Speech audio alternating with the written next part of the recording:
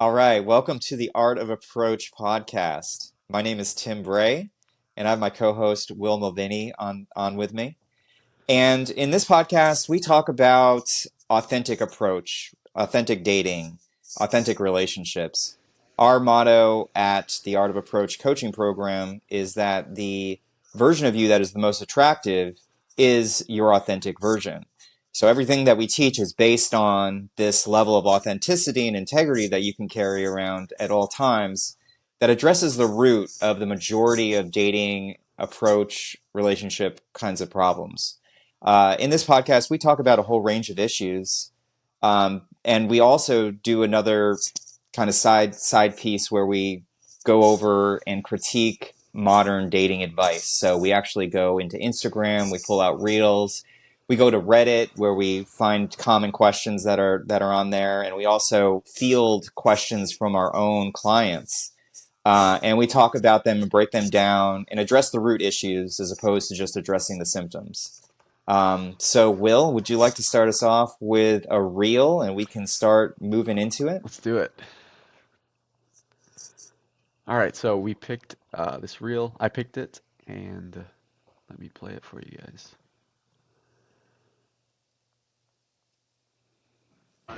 Excuse me, gorgeous. Sorry, that's totally different. What's that? Are you single?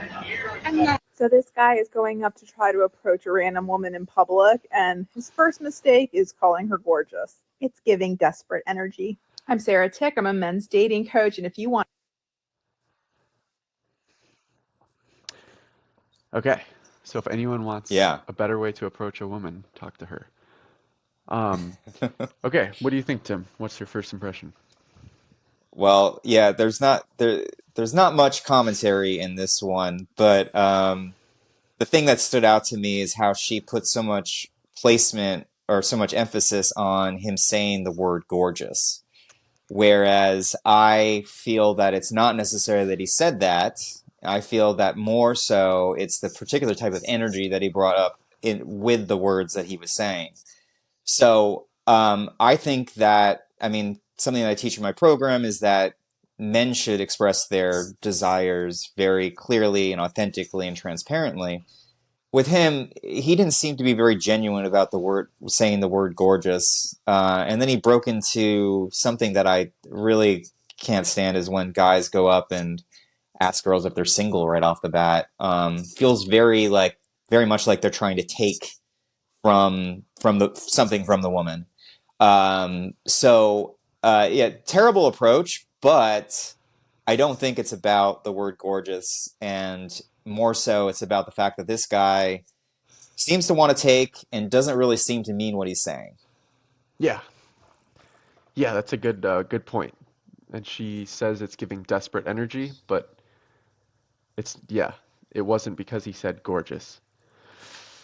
Um, And I don't even know if the word desperate is a good word for it either. I would say more just like sleazy, yeah, is what sleazy is the way it sounded to me. and like taking, looking to take.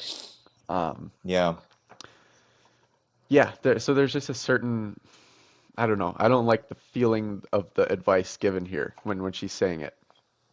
It's very Yeah. like condescending and like, oh, this is the right way to do it. Um, but Yeah. yeah, that's What we teach in the program is that if you're genuinely attracted to a woman, you need to be able to notice what that attraction is.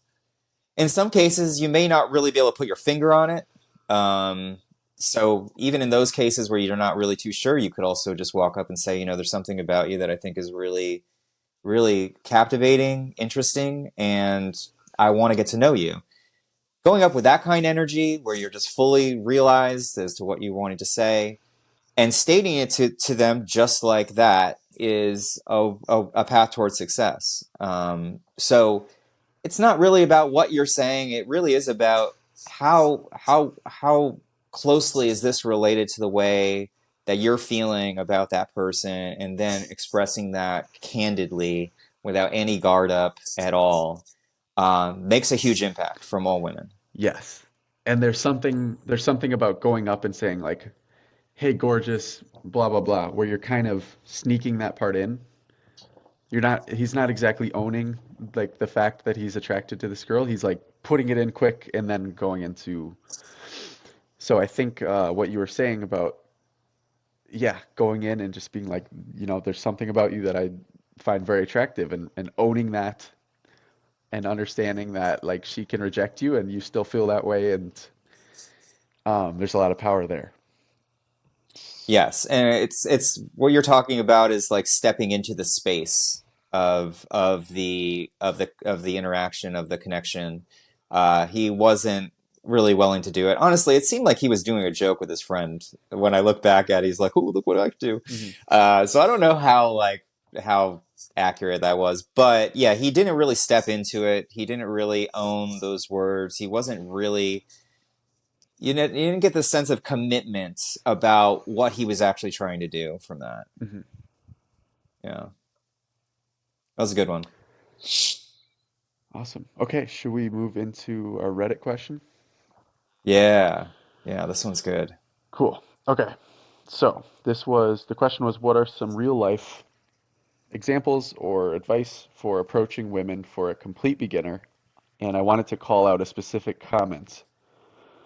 Um, Someone said, start with talking to some women without trying to pick them up or ask them out.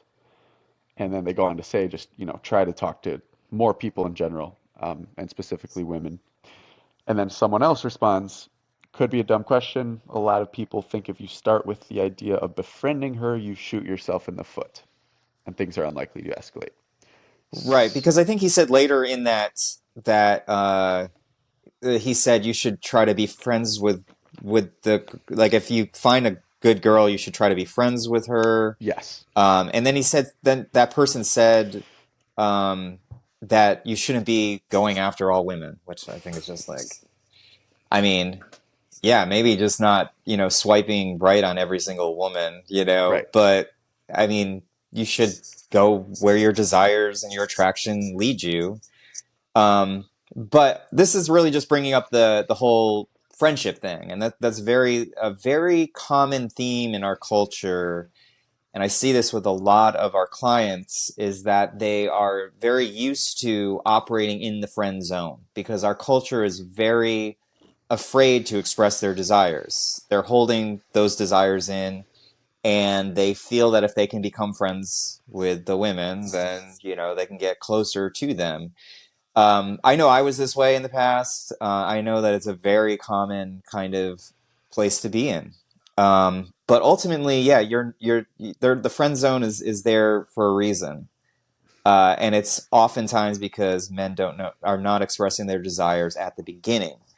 And I stress at the beginning because essentially you are the thing you are starting by the first words that are coming out of your mouth when you're going up and talking to a woman is going to ripple throughout the entire however long relationship or instance that you get to be with them. So starting it out on that foot is the most important thing by expressing what you're actually feeling towards them. Now, I agree with them on saying that, that he should be talking to a lot of girls. I agree with that. But the friendship thing is just really not, you know what it is? It's fake and it's sneaky and it's again it's trying to get in, trying to strategize to get away in closer to her, and there's creepy vibes, all that kind of stuff. It's really a terrible way to do it, but because it's easier, I guess, than expressing your desires. If you're not comfortable expressing your desires, then yeah, you're gonna continue to find yourself in the friend zone. Yes. And yeah, there's a point to be made here about, because like women are great. Like there are plenty of great women who would be good friends. But if you are desiring them to be more than friends, then why are you looking for this friendship in the first place? If it's just to get you to that next step, then like you should be more upfront in the first place. Because another thing is I think this might be advice to, this is kind of the pendulum swinging the opposite way from hypersexualizing every single female you see and only seeing her as, a sexual object. And I think this is saying this is on the right track, which is they're people to, you should treat them as such, which, sounds obvious. But then there's also the middle ground, which is like I have desires and I can respect her as a person, but also communicate that.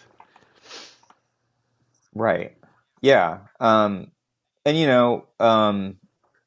I mean, we're talking about friends, but like, even if you like, there's nothing wrong with having friends that are girls, but even if you notice that there's like a slight attraction, maybe something you wouldn't necessarily pursue, but as long as you keep that hidden attraction going, it's going to sabotage your friendship along the way. I mean, I had a way back, kind of like high school era, I had a crush on a girl. I made her my friend, and I actually had a girlfriend at the time. And she and I got into something of a sexual thing that was not, I mean, we didn't go all the way or anything, but that ended up breaking up my relationship with my girlfriend at the time.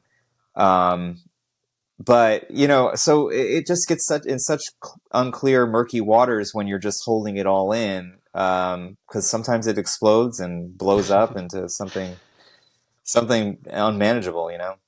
Um, so Yeah, I think there's stay out of the definitely friend a, zone. a place for, even say you're attracted to someone, but you would be like you would be happy to be friends with them, right? There's a place where you can express your attraction, and then maybe she's like, "No, I'm not into that." You can still be friends, and you can still be completely honest. And that's so much better Yeah, than the sneaky option where you're like hiding it and like trying to become better friends with her with the hope that one day she'll reciprocate your feelings. yeah, and like, and it comes up with another story that we're going to talk about later in the podcast, Will, where saying what you're feeling or saying what is uncomfortable about what you feel you are in the relationship with another person takes the sting out of it, takes the claws out of it.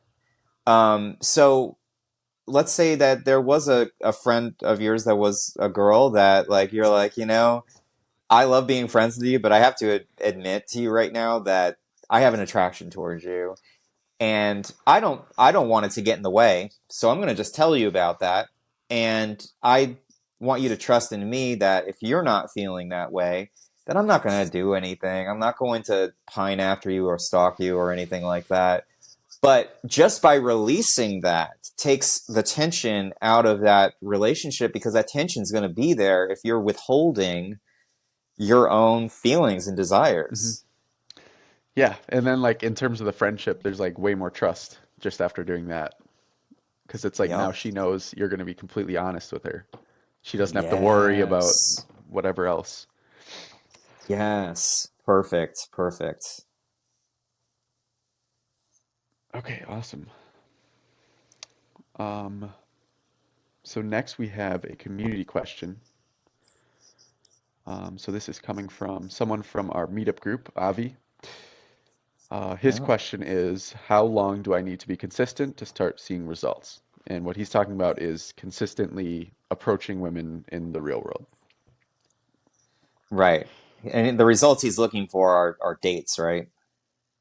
Yes, Like he wants to know how long it's going to take for him to consistent get dates on a dates. weekly basis. Right. And it's kind So, of an open-ended question. Um, so there's a yeah. lot to talk about. Yeah. So in our program, we have, as soon as you come into our program, it's a 3-month program. As soon as you come in, we're having you start 3 approaches a day. Now, the thing is that I don't. Everybody's going to be coming in different levels with different limitations or destructive narratives about the way that the world works. So, for some people, it may be faster if they're practicing 3 times a day, but for other people, they might need more time. But the three a day, um, it does, it's not necessarily that it's three. It's really just the amount of time that you're allowing yourself to be in this space. So it's beyond just going up and approaching a woman. It's also being in a public space where there's people looking around at you, and like, like you're under pressure. There's no safety zone. There's also the environment that they're having to get used to. And then, the approaches, and really what it is it's more so about building a routine, um, of being in that kind of space. So when we do 3 a day, we're really saying to them, we want you to spend this much time doing it. So for even some of our clients that are going to be doing this, they're going to be, some might have objections. Maybe they don't want to do 3, maybe they want to do 2. Well, it's really about the time. We want to see you out there for like hour, 2 hours. We want to see you really immersing yourself in this, because the more you do it, the more you're going to get comfortable in those surroundings, in those interactions.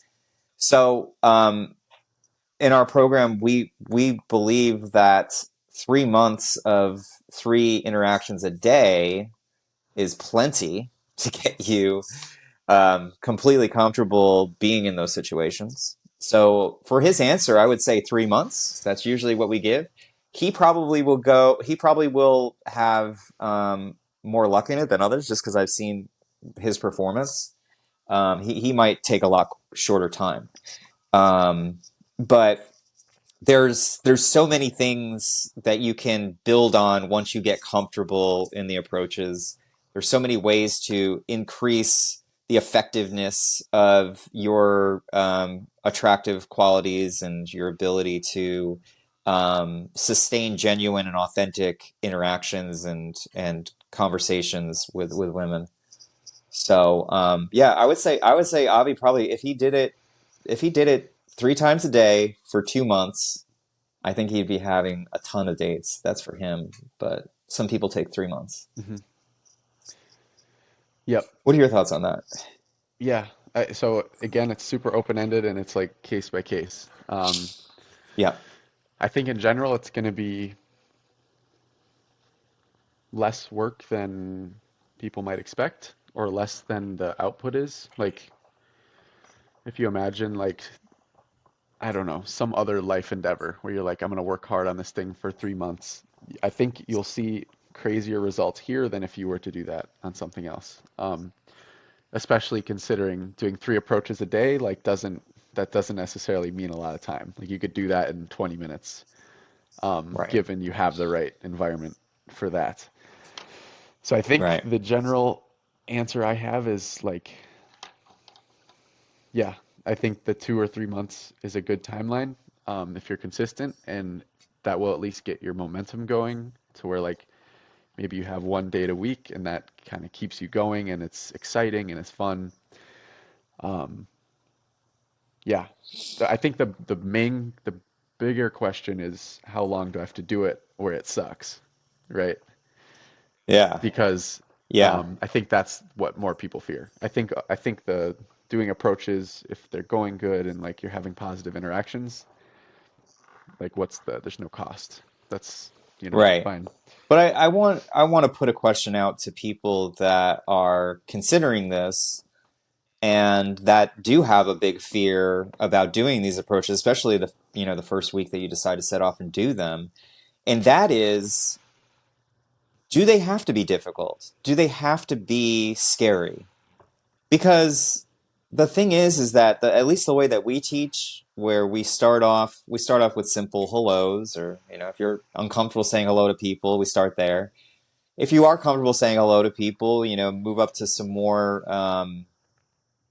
just more generic social questions. That's like, where's the closest Starbucks, or something like that. But then the next step after that is compliments. And my question to you is, what is there to be afraid about giving a compliment? Because if you're doing it authentically and genuinely, then you get to see a bunch of smiles on people's faces.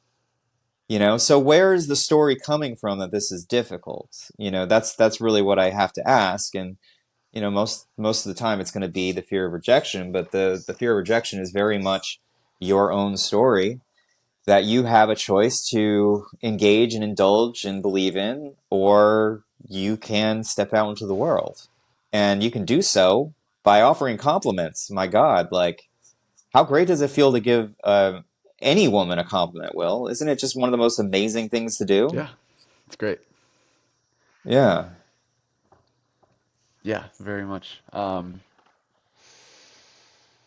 Will, why don't you tell them about your journey on the approaches when you first started working with me? On the approach, How many you were doing? yeah, okay.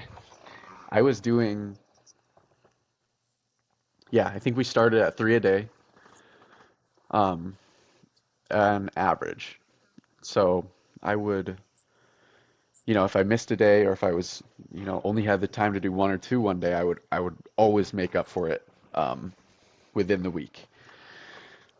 And that's where yeah, saw the most changes in just my overall like social comfortability, like my ability to just relax in social situations, to talk to strangers, to get out there. In terms of, I think when we first started, we just had three approaches, and that was kind of, we didn't go too much further than that. So this would just be any type of thing I would say to someone, um, or a conversation I would start with, a woman I was uh, attracted to.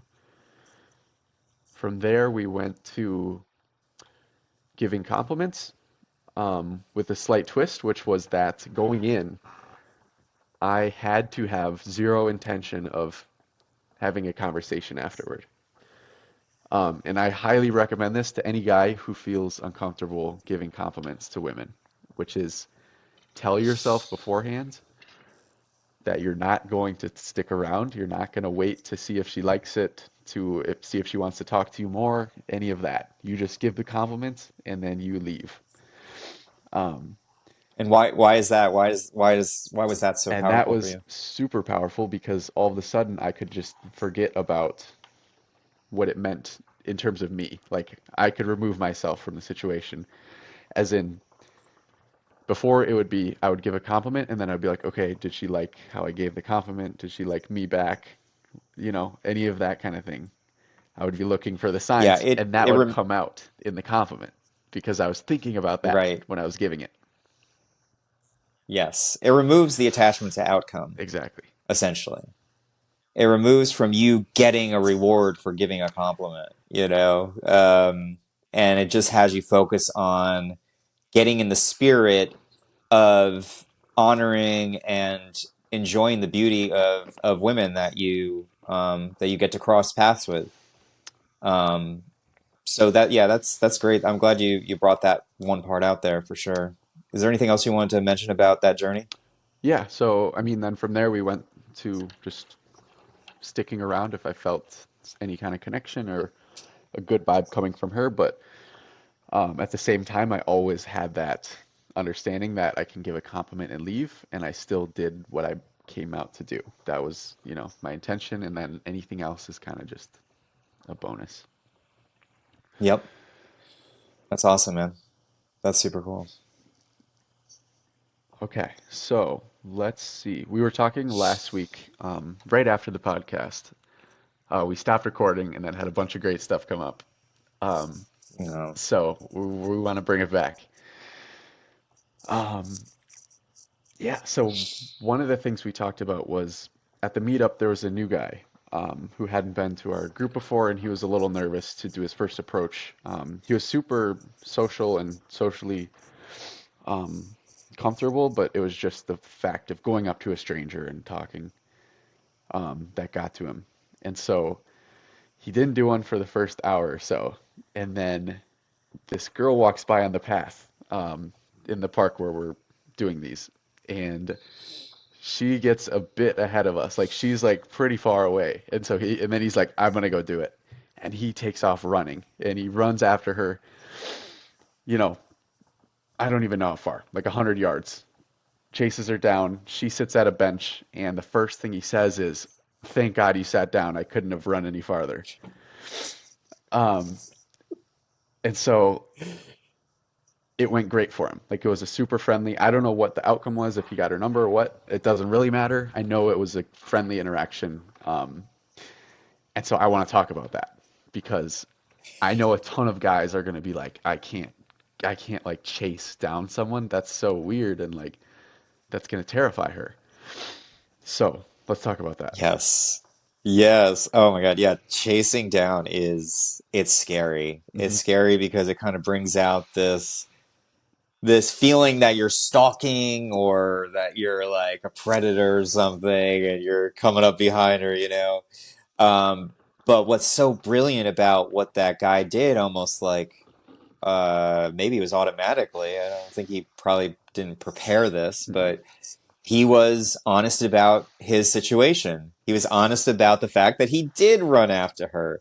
And again, going back to what I mentioned with when I was talking about how expressing your desire with a friend who's a girl takes the tension out of things. Well, so does that. In fact, one of the things I teach in the art of approach, the tactical aspect of it, is that at the beginning of every approach, if you are nervous, then say it. Like, tell the woman that, you know, man, I'm a bundle of nerves right now, but I had to come up and talk to you because I knew I wasn't going to sleep at night if I didn't just do it, you know?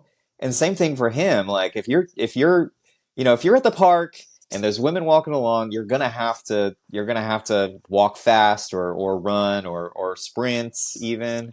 And just go up and tell them, geez, it felt a little uncomfortable having to come up here and chase you down, but I really had to.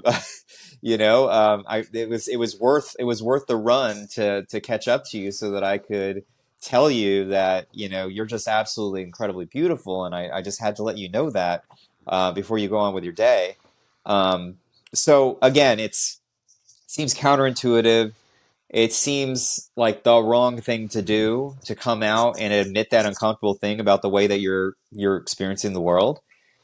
But it is so powerful and it creates instant connection because these women, they are they know they know what kind of circumstances and challenges you're under doing this. They know they would never want to ever go and approach a guy. That would be absolutely terrifying for them. They're kind of, in some respects, lucky in that case that society is more geared towards men approaching women. But they know when you go up and talk to them that you just went through a whole, barricade of fear to get there, and you being comfortable enough to just admit that you're there in the fear, it immediately creates vulnerability and connection. Yes. There's something about being like, I see this as a little bit strange, but I'm doing it anyways. Um, yeah, I've had that with, um, I've never had this type of heroic approach where I chased anyone down, quite as crazy. I have had ones where I've noticed myself, looking at someone for a bit longer than normal.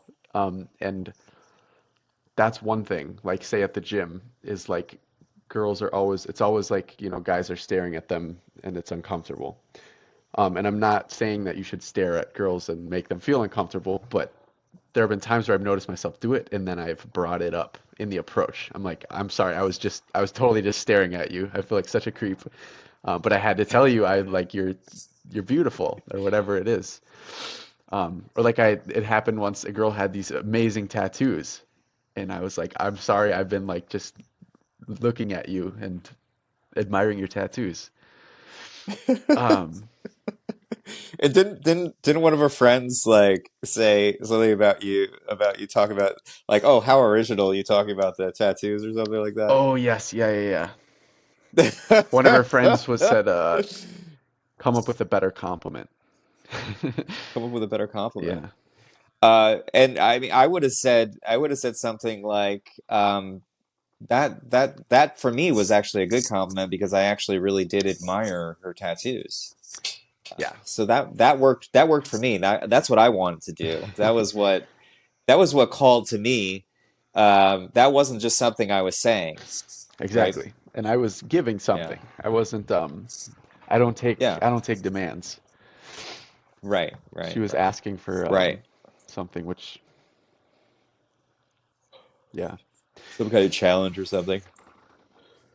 Um, but yeah, the it is it's definitely oh my God, like the amount of courage it takes to either walk fast up to a girl or run is incredible. The adrenaline rush is like jumping out of an airplane. Um, I did want to mention one thing since we are talking about going up to women at like a park where they're walking and you're, trying to catch up to them.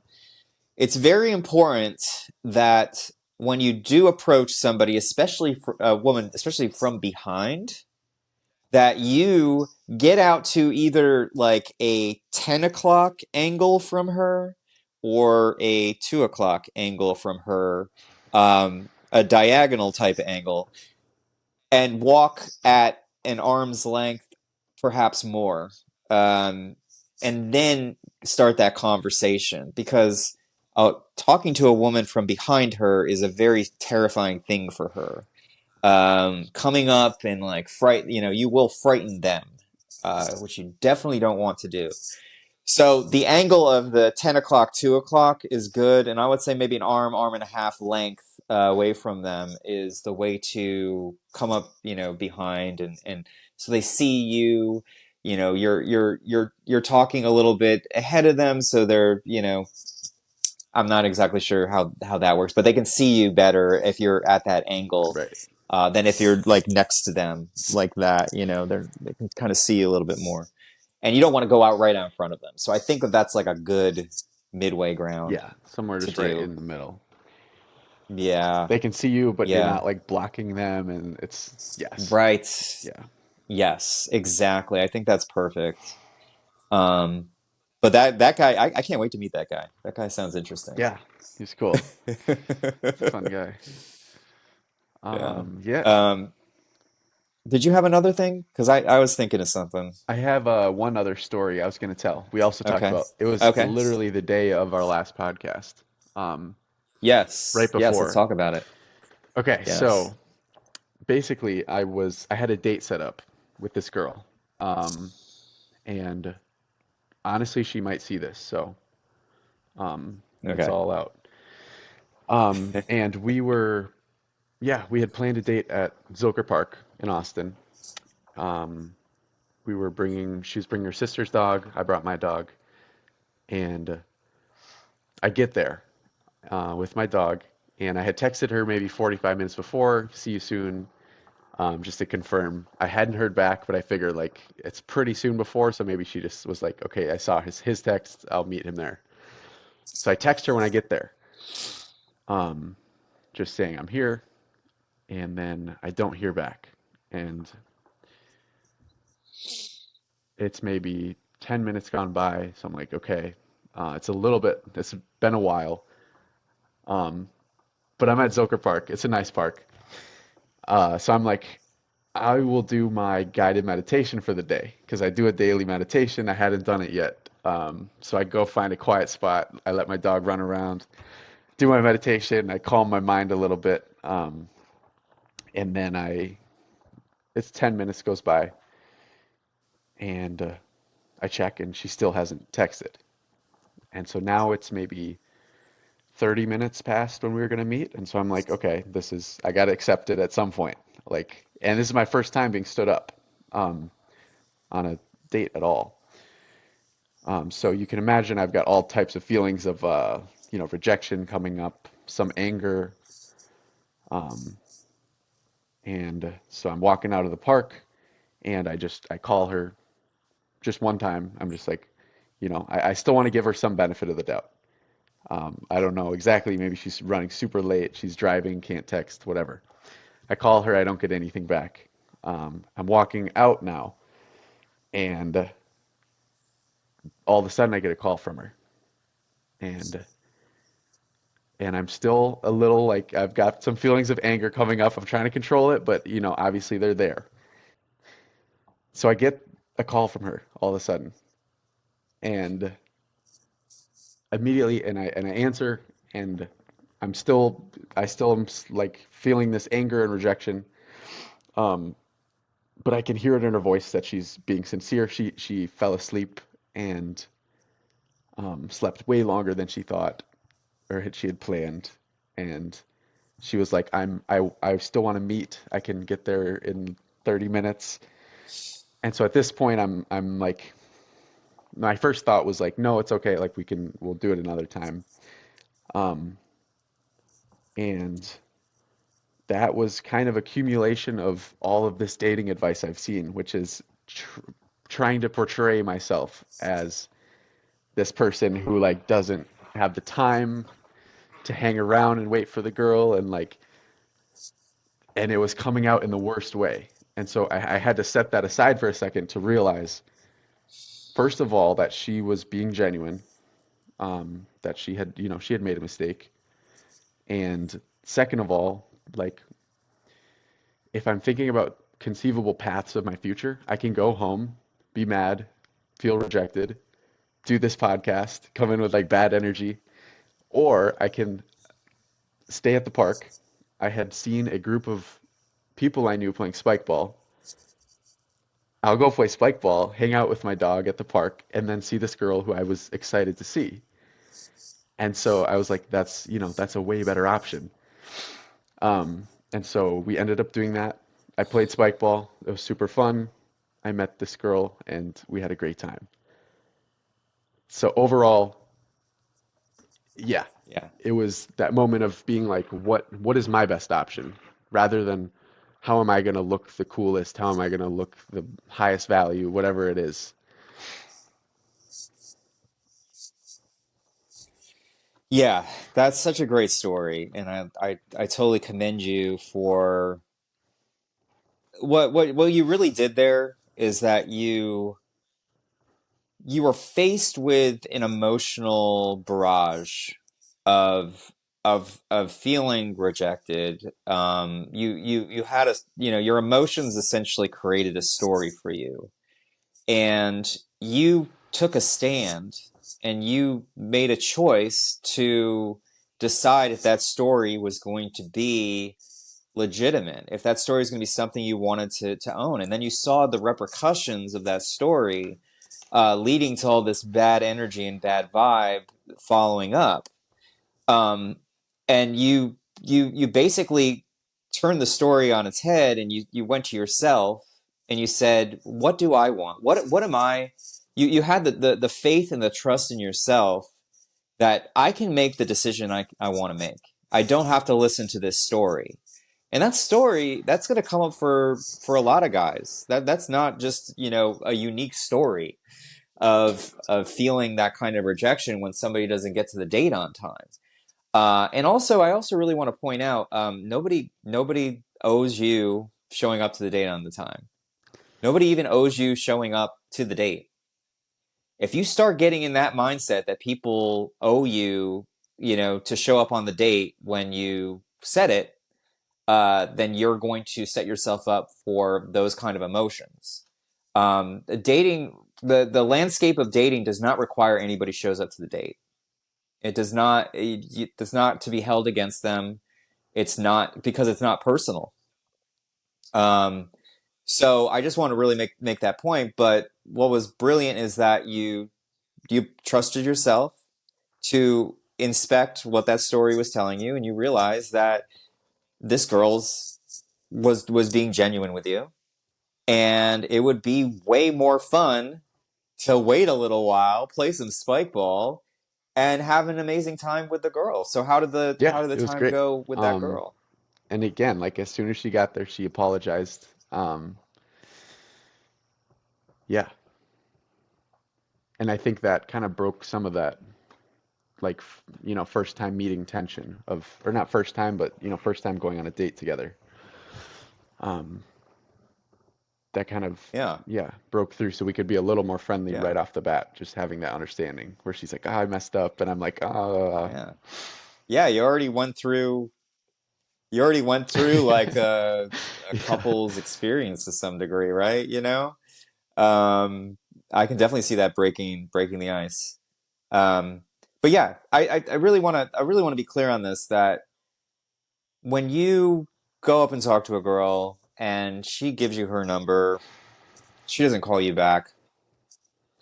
There's not there in the contract of dating, she doesn't owe you a call back, and she also doesn't owe you to show up on the date. And what as like harsh as that seems, and as much as like we as humans rely upon other humans to give us their word that they're going to do something, on a date it's different because you don't know that person. And if you give that, I shouldn't say if you give that, I should say if you allow that expectation that women are gonna be of their word to go show up on the date, then you are making it so much more difficult on you. And it sucks to have to drive someplace to meet somebody somewhere, but that's part of the contract that you're going into with this dating stuff. It's not going to be working perfect, and you are just not entitled Right. to having it your way, you know? Does that make Yeah, like sense? I want to be clear with that to our there are audience. definitely steps you can take to kind of try to avoid those situations. Like, giving a text the day Yes. before, Yes. um, just to make sure that they're still in, and if they're To not, confirm the then you at date. least Yep. can save your time. Um, yeah, I would Yep. say I wouldn't say it reflects well on the other person, but at the same time, it is a No, stranger it that, doesn't, but it and wouldn't again, have. what you're saying is completely right that they don't owe Yeah. you it. Yeah. And you don't Yes, want to go exactly. on a date with that person. Yeah. So I mean, yeah, maybe they're not doing you a favor, the fact that you came down there already and spent a bunch of your time just to get down to the place where you're going to meet, but also they are not wasting your time on the rest of the date too. So Right. just take your winnings and move with it? Yeah. That was good, man. That's such a powerful move that you were able to step out of that emotional turmoil there and really see the big picture. Yeah. So very proud of And you on that. that we can talk about this for a bit, which is Yeah. um, talking about symptoms versus root, because my initial thought was to treat the symptom, which was I'm gonna wait around for her, um, which isn't really a symptom, but it can be a symptom of not having things to do, of being like needy and desperate. But at the root, the real problem with me wasn't that at all, because I realized there's stuff I can do here that's fun, I want to see this girl. It's not from a place of need. And so recognizing that this Yeah. was not the same, this symptom was not something I had to treat as such, as being a problem, if that makes any sense. Let's move that Yeah. I mean, into the discussion of treating the sorry, go ahead. symptom versus the root, is what I was going to say. Yes, absolutely. And you could have easily gotten butthurt. You could have gone home and told the story to yourself that you're not happy and that you're gonna just sit home and watch TV because this person did you wrong. You can go with that story, fine if you want to, but you picked a way better story to go with, honestly. Just think about what that affords you when you can detach yourself from even the outcome of somebody showing up on a date. That's Hmm. that's an attachment to outcome, right? This person said they're going to be there. Well, they're not. And Yeah, what are you going to do? What story are you exactly. going to make now, right? Yeah. I actually want to take a moment to tell a story that is not specifically approach or even relationship or whatever related. It deals more with authenticity. And I don't know if I caught you up on this, Will, or not, but like I had a client that I actually had when I first started doing the coaching early last year, and I was having a challenging time with him, I wasn't seeing the kind of progress that I wanted to see. And he actually ended our relationship. And I want to just take a moment to just talk about the authenticity and what it actually is. Because one of the things he said when he was breaking up with me was that the way that I was handling myself in a coaching session where he was not wanting to do the approaches that we talked about, the 3 approaches a day, and it has something to do with him not wanting to do the invitation aspect, so asking somebody on a date. And I inquired as to why he was feeling that way, but I think I was doing it in a way where I was coming from a place for my own good of wanting to look like a great coach, wanting to have him be successful, and wanting to also see uh, meaning and validation in him being successful. So I was coming probably with a somewhat of an aggressive kind of inquiry to him that he felt was inauthentic, which at first when he said it, I thought it was like an insult or something. But the more I reflect on it, the more I feel that he was right. And I actually sent him a text and told him that he was correct. I was being inauthentic because authenticity is not just about knowing yourself and expressing yourself. It's also about listening. So if you're listening from a place where you have preconceived notions of a way somebody might react or somebody might be like a certain type of person, I just imagine that they're going to be like this. So I'm going to respond to everything that they're saying as if they are that person. Um, Ultimately, if you're not listening from a place of nothing, meaning, not having any preconceived notion or agenda behind what you're hearing, then uh, you're going to be. I'm sorry. If you are relating from a place of listening from a place of nothing, then you are listening authentically. But if you're bringing in all those other agendas, preconceived notions, judgments, all that kind of stuff, then you really are being inauthentic because your authenticity relies upon being able to people to have the space to be authentic themselves. And I wasn't allowing him the space to be authentic with the actual reasons why he didn't want to do the thing he wanted to do. I wanted him to do things this way. So I just thought it was an interesting scenario, and I'd love to know your thoughts on Yeah, this, so you're on saying what it's that means to you. a new look on authenticity, which, and it's specifically in regards to working, in a relationship with someone else. Um, Yes, this applies. Yes, this applies to approach. It applies to relationships, dating. It's not directly related. The story isn't, but I want you to think about it in terms of like, how does that relate mhm. when you're going up and approaching a new girl? How does that relate when you're going on a date with a new girl? Are you listening from nothing, or are you listening from a place where you already think you know what the person's going to say? So you Yeah, interact with them that way. there's definitely some things that can, yeah, bad things that can happen when you bring in basically expectations. Like you're expecting them to act a certain way. Um, and yeah, that is a very interesting because you could still totally say what you want to say, but then be expecting that they return it. So then it's more that your intentions are a little bit inauthentic. Um, and Yes. exactly. You have an agenda, And right? so that can definitely come Yeah. out in approaches. Um, there's two different ways I can see it going, which is two different ends of a spectrum. Um, you could totally come in with an agenda. You're expecting her to like you. That's all you're looking for. And when you say this thing, you're kind of waiting to hear the response that you wanted to hear. The other end could be that you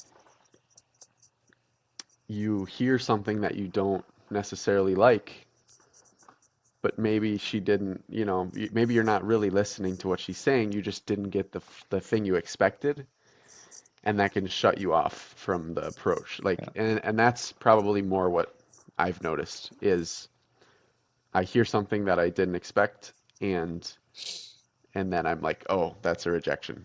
Okay, nice talking to you. Goodbye. When Yes. 100%, or Yes. I have no reason to believe that.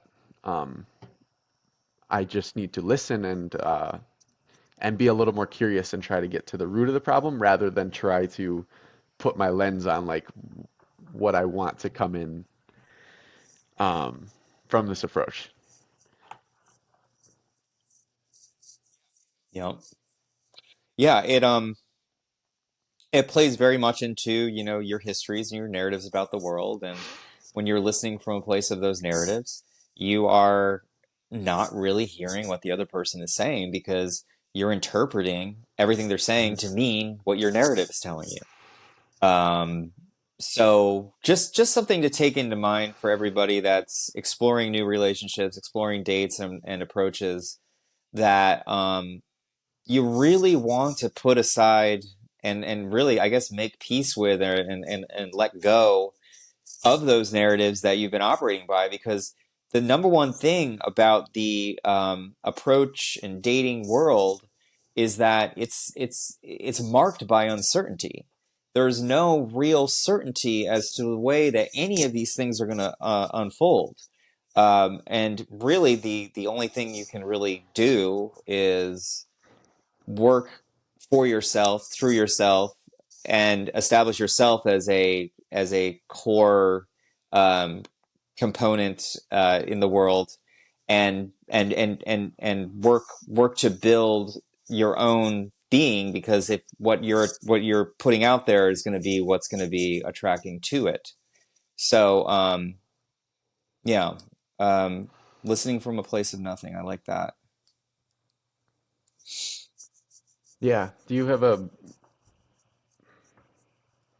think just coming in with that idea, I'm going to listen from a place of nothing, um,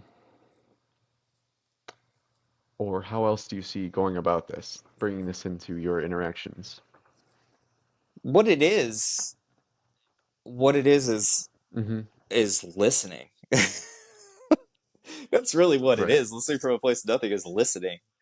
It's really it's really listening without any expectation or attachment to outcome, not expecting them to say a thing that you're wanting them to say, so you're not listening for that or listening for hints of that. It's really just trying to listen to this person as if you have no idea how they're Hmm. going to actually be, giving them the space to be and to listen to what they're saying Yeah. from that And bringing space. in kind of a curiosity. I think that would help too. Being genuinely curious. Curious, yes, absolutely, absolutely. Good stuff, man. Is there anything else you had That on was the everything we had. docket for today? Yeah. Oh, we did want to quickly bring up Awesome. Well, yeah, this idea of the root versus the symptom, um, and how the symptom is often taught as the quick fix, right? It's like you do this behavior, you act this way, all of a sudden everything changes. And so what you brought up before this is that you have a new take on the symptom versus the root, and specifically the speed at which these types of changes can come into effect. right. Yes. So our program, The Art of Approach, it's very root based. We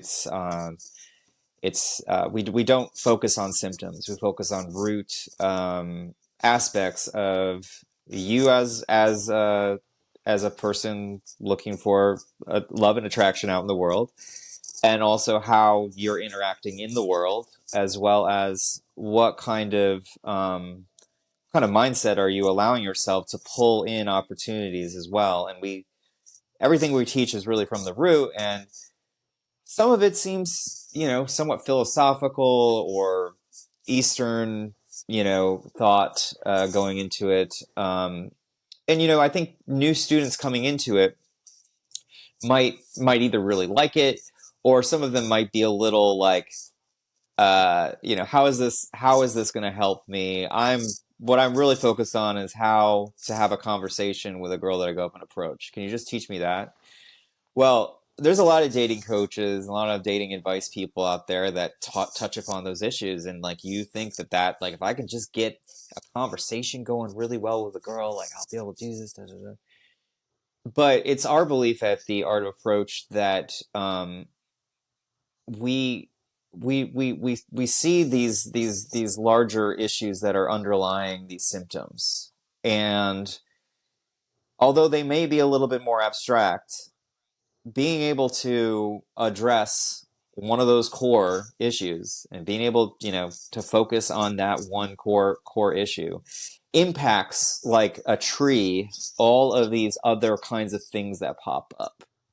And as I mentioned earlier, like, the relation or the dating space and the approach space is uncertain, and you need to be able to have a understanding of that root cause, because every interaction is going to be radically different.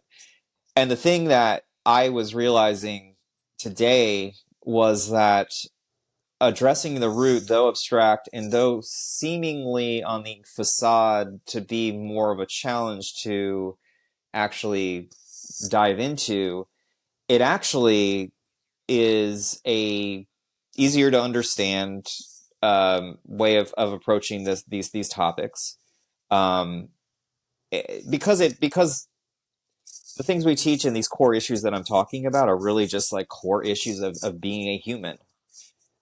So, we talk about authenticity in our course. We talk about integrity. We talk about creating how we communicate through frequency, and our how it's not necessarily our words, but it's the energy behind our words. And that really deals with like creating an integrity of your own desires and knowing what you want. And knowing what you want is not bad.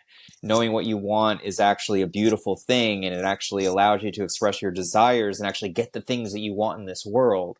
So even though some of these concepts may have maybe a facade of complexity or abstraction, being able to address these things will almost like when you get them, when you get something like the lens of beauty, which is the really like our core like belief about being able to see all women, being able to see beauty in all women, even if you're not attracted to them, opens up an incredible like vast new world of opportunities at almost a lightning pace speed. It's something like, there was a song actually, Will, that I love. Some of y'all may have heard of it. It's called "The Greatest Love of All," and in that song, the lyrics are, "The greatest love of all is easy to achieve. Learning to love yourself is the greatest love of all."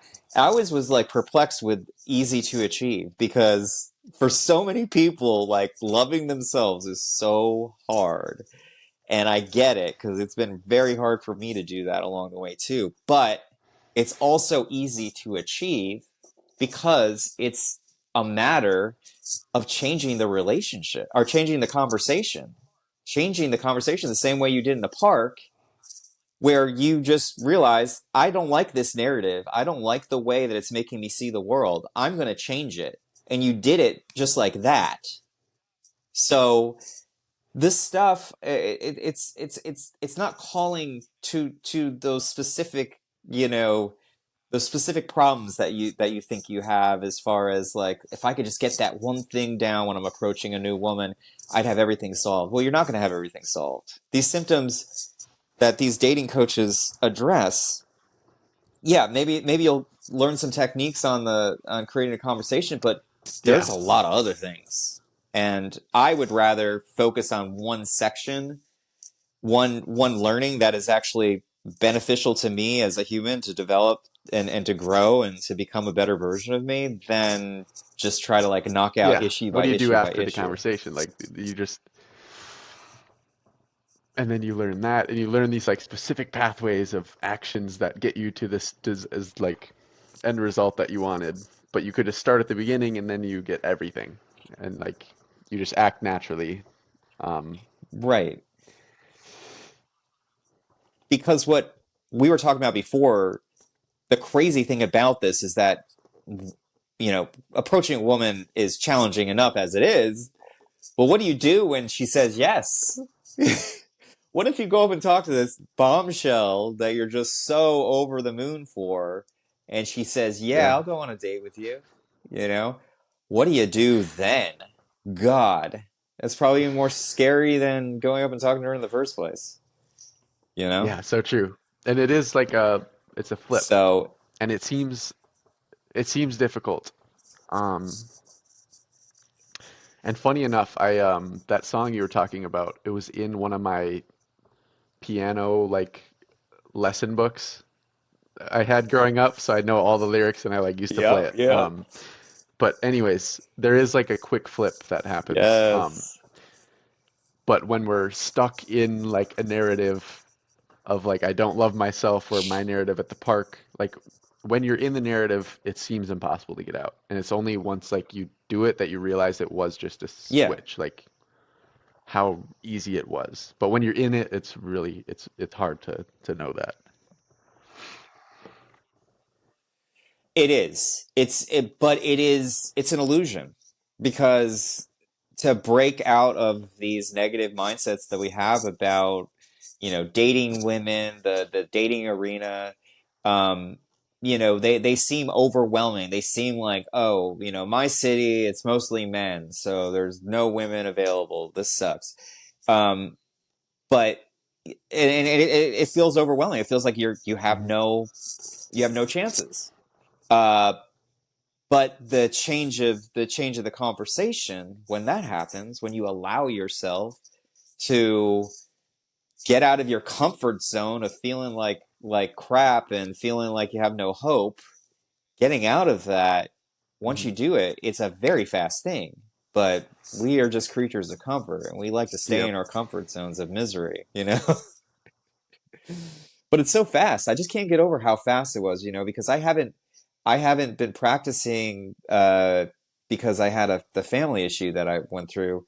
Um, and I just started doing it the other day. When I was going through the airport on the way back to Austin, I just started like every woman that walked by, I looked at them and I tried to find beauty in something about them.